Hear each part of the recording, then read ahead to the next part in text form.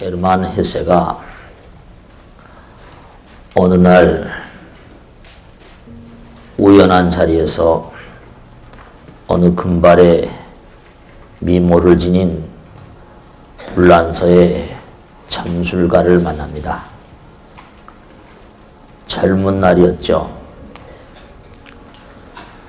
그런데 이 점술가가 헤세를 만나자마자 이런 얘기를 합니다. 당신은 원래 유럽인이 아니야. 전생에 히말라야 산중에 은자로 지냈었어.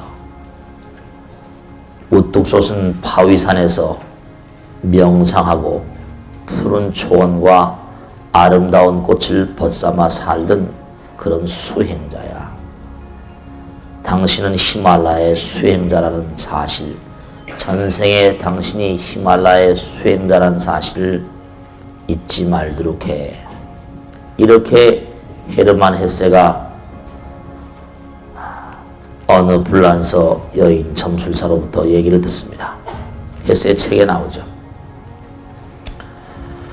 그 헤르만 헤세는 그 사실을 굉장히 젊은 날에 충격으로 받아들였다고 합니다. 과연 전생이라는 것이 있는가? 정말로 내가 전생에 히말라야의 수행자였던가? 그런데 헤세는 그렇게 쓰고 있습니다. 젊은 날에 그 여인의 얘기가 일생을 두고 귀에 쟁쟁거렸다. 그렇게 쓰고 있습니다. 아닌 게 아니라 이 헤르만 헤세가 쓴 시타르타라고 하는 책은 어떤 사람의 평에 의하면 아마 전생에 tracing the thread of previous life on this earth, 이 지금 금생의 삶 이전의 삶을 추적한 어떤 전생의 그림자가 아니고서는 그렇게 아름다운 작품을 쓸 수가 없다라고 표현할 정도로 헤르만 헤세는 자기 자신도 항상 어떤 설산에 수행을 하던 그러한 그림자가 자기 마음 가운데 어른거리고 있다라고 수레하고 있기도 합니다. 우리는 부처님 문중에 드나들면서 전생이라고 하는 것을 상식으로 얘기합니다. 그런데 서구인들에게는 전생이라는 게 대단히 유니크하고 퀴어하다고 표현합니다. 대단히 아주 정말로 이상스럽고 신기하기도 하고. 그래서 이 헤르만 헤세는 일생을 두고 불경을 아주 많이 읽었습니다. 특히 그 화엄경 입법계 부분 자기가 즐겨 읽는 그런 부분 가운데 하나다라고 얘기할 정도였죠. 헤세는 자기 아버지가 목사님이었습니다. 그런데 오늘 말씀드리려고 하는 것은 이 헤세의 일대기가 아니라 헤세가 쓴 시타르타를 제가 다시 한번 이렇게 쭉 들러봤습니다. 옛날의 기억이 나서. 그런데 그 시타르타가 무엇을 보고 깨닫습니까? 말없이 흐르는 강물을 하염없이 매일을 바라보고 삽니다. 여기 참 의미가 있는데요. 흐르는 강물을 매일같이 바라보면서 살면 사람이 어떻게 변해갈까요? 매일같이 흐르는 강물을 하루도 빠짐없이 흐르는 강물을 매일같이 바라보면서 사니까 마음이 정말 한결같아지겠죠. 강물의 미덕 같은 것이 있을 수도 있고요. 제가 언젠가도 말씀했죠. 대하심, 대해심. 그것도 화엄경에 나오는 말씀입니다. 강물에는 말이죠. 아무리 큰 바위 덩어리를 집어넣어도 잠시 풍덩하긴 합니다. 그런데도 저 상류에서 흘러내려오는 그 물로 잠시 뒤에는 잠잠해집니다. 부처님께서는 우리 마음 가운데, 내 마음 가운데 큰 강을 가져라 그랬습니다. 내 마음 가운데 큰 바다를 가져라. 큰 바다도 마찬가지죠. 바다에다가 아무리 큰 바위 덩어리를 집어넣어 보세요. 풍덩 하겠지만은 잠시 뒤에 잠잠해질 것입니다. 우리의 삶도 큰 강을 담고 큰 바다를 닮으라라는 뜻으로 부처님께서는 대하심, 대해심 그랬습니다.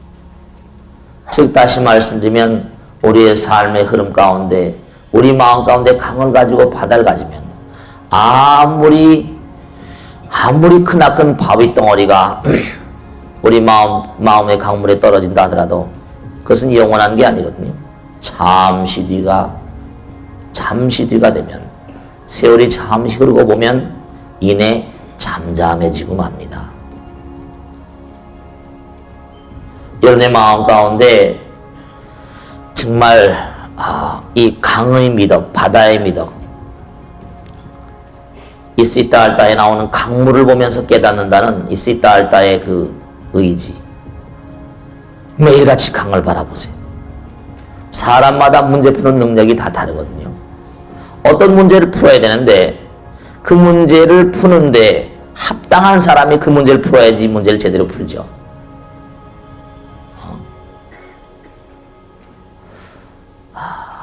전혀 미적분에 대한 지식이 없는 사람에게 미적분 문제를 풀려고 하면 그 제대로 풀겠습니까? 잘 못 풀죠. 방정식에 대한 소양이 없는 사람에게 방정식을 풀려고 해보세요. 안 되죠? 어떤 문제를 맡길 때는 그 문제를 해결할 수 있는 능력과 그 사람의 인격과 그 사람의 품성과 그 사람의 여러 가지 수완과 이런 걸 다 고려를 해야 되거든요. 아무에게나 문제를 맡긴다고 아무나 다 풀 수 있는 건 아니죠. 그 문제가 안 풀리죠. 그 사람의 지혜와 복덕, 그 사람의 수완과 능력, 그런 게 있습니다. 그런 게 있습니다. 그러니까 우리가 삶을 살아가면서 강물의 지혜, 우리가 아무것도 아닌 것 같지만 매일매일의 삶을 흘러가면서 우리 인생은 강물과도 같이 흘러가지 않습니까? 그 흐름 가운데서 여러분이 맞닥뜨리는 문제를 과연 어떻게 풀 것인가? 여러분 얼마나 어려운 문제들을 풀 수 있는 능력이 있으신 분들이신가? 얼마나 나는 평상시에 나의 인생의 재반 문제를 풀 수 있는 역량을 비축했던가? 이것은 무슨 수학이나 미적분이나 이런 것하고는 좀 차원이 다른 겁니다. 분명한 사실은요, 우리가 그런 얘기 많이 하지 않습니까? 젊어서 고생은 사서도 한다. 분명한 진실이 하나 있는데요, 자기가 고뇌해보지 않고선 남의 고뇌의 의미를 압니까 모릅니까? 자기가 체험을 해보지 않고선 남의 체험을 이해를 못해요. 자기가 고뇌해보지 않고서는 남의 고뇌의 그 체험을 이해하지 못합니다. 그러니까 많은 고뇌라고 하는 것, 많은 고통이라고 하는 것은 그에게 또 다른 차원의 힘을 비축시켜주는, 역량을 쌓아주는 그런 계기도 되는 거죠. 말 없는 강을 바라보면서 한결같은 마음, 그 한결같은 마음을 매일 쌓았겠죠, 그죠? 이 마음의 능력도 쌓아가는 것입니다. 우리가 법화경 같은 걸 보면 절을 한 번 하면 절 한 번 하는 것만큼의 공덕이 쌓인다 이렇게 나옵니다. 염불을 한마디 하면 한마디 하는 것만큼의 공덕이 쌓인다고 합니다. 그러니까 법문을 한 자락 들으면 한 자락 듣는 것만큼 그만한 공덕이 쌓인답니다. 그러니까 분명한 사실은요, 하여간에 무턱대고라도 염불을 많이 해봐야 돼요. 무턱대고라도 절을 많이 해봐야 됩니다. 무턱대고라도 부처님 말씀을 많이 들어봐야 돼요. 그러다 보면은 그것이 쌓이거든요. 그럼 양적인 변화가 점차로 질적인 변화를 유도해 가거든요. 사람이 바꿔집니다. 물도 처음 끓이면 끓지 않다. 금방 100도씨를 가가 되지 않습니까? 그 물을 끓이면 금방 찬물이 끓어진 거 아니죠. 자꾸만 열량을 쌓고 자꾸만 이렇게 가열하다 보니까 끓는 것처럼. 그게 다 모두가 다 쌓아가는 거예요. 차원이 다른 세계로 나가는 모든 존재들은 쌓아가는 거거든요. 능력을 쌓아가야 됩니다. 정말로 어렵다 하지 말고 힘을 내서 정말 강물을 바라보는 심경으로 씨딸 따의 그 눈으로 세상을 바라보면서 인생을 살아가시기를 간곡히 당부드립니다. 마치겠습니다.